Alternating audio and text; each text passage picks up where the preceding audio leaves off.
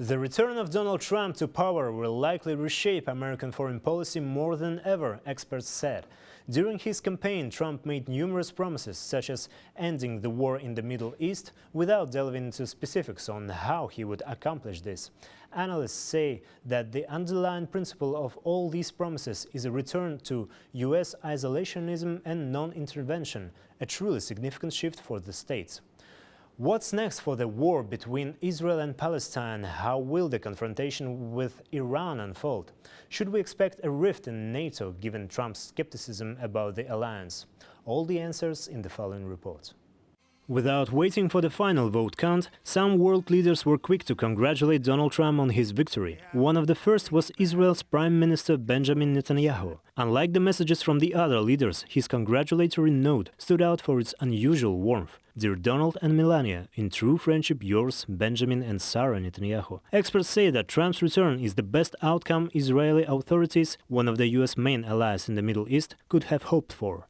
And yes, he is the most pro-Israel president of past decade, and it is the best gift to Israel in their war with Palestine and quasi-war with Iran. Because yes, the United States is ally of Israel, but even Joe Biden criticized Netanyahu and Israel for war in Palestine. We can expect that Trump will don't do same things. In his first presidency, Trump enacted strongly pro-Israel policies, even moving the US embassy from Tel Aviv to Jerusalem, a city whose eastern part is still not recognized by the UN as part of Israel. I'm sure Netanyahu is pleased to see Trump rather than Harris heading for the White House. And of course, we'll still have Joe Biden to contend with for the next 2.5 months.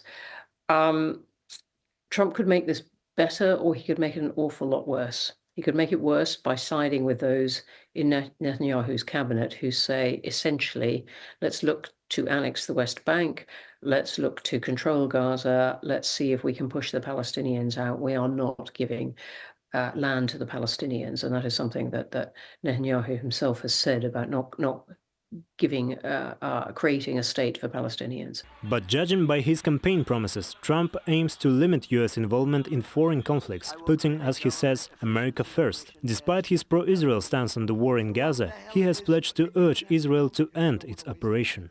What I think we do know about what Trump said, and he said it again in his acceptance speech, he's very, very proud of the fact that, in his view, no new wars were started in his first term, and he wants to end the conflicts that are out there at the moment. As he said, he wants a strong American military, but he doesn't want to use it.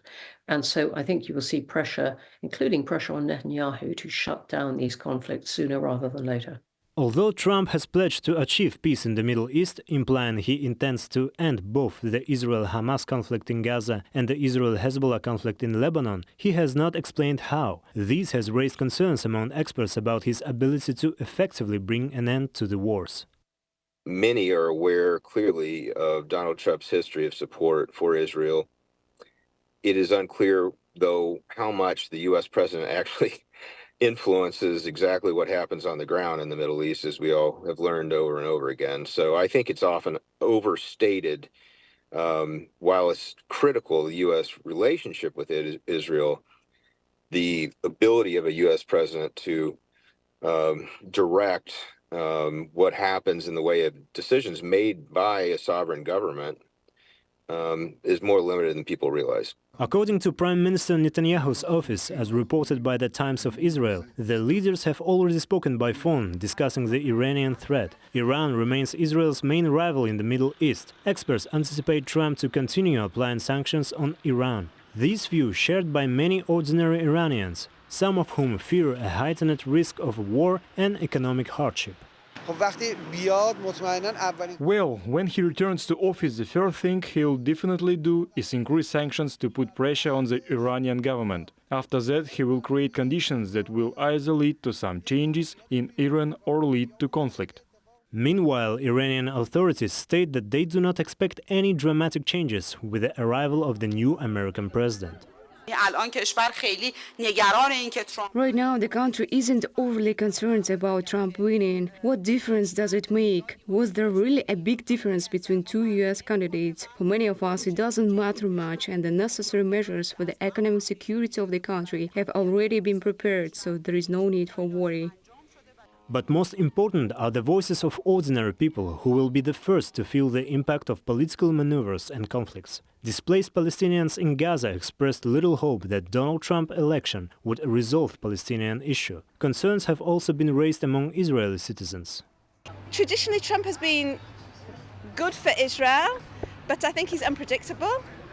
And I don't know if we can trust that he'll continue to be good for Israel. So I feel a lot of trepidation, because he could just suddenly change his policies. I don't know how much we can trust him. A new catastrophe in the history of the Palestinian people, election a person, a plan, or an administration that leads the plan to displace and liquidate the Palestinian cause in the Palestinian state. Donald Trump and his administration in the open say that we do not support a two-state solution, Palestine or a united Jerusalem as a capital for the Jewish state. There is no national authority. There are no Palestinian lands. This means destruction and devastation for us. How the global security structure will take shape remains an open question. Speaking of NATO, Trump has long been skeptical of the alliance. During his campaign, he stated that if elected, he would not withdraw the US from NATO as long as European members pay their fair share. He emphasized that the US should not pay for others, and the alliance is more important for European countries than for the US. Under the Trump administration, there would likely be an atrophy of the alliance system. So as you look at the various alliances such as NATO, at least those may be weakened a bit, or at least there's going to be more pressure on partners to pay for their share of the protection, for example. The unpredictability of politicians like Trump makes forecasting difficult, experts note. Considering the Republicans currently control all three branches of the US government, even holding a majority in the Supreme Court, it is likely that Trump will focus on domestic issues. It would be no surprise if Trump returns to the path of limiting Washington's role in certain global institutions and conflicts. Dauren Isagulov, New Time.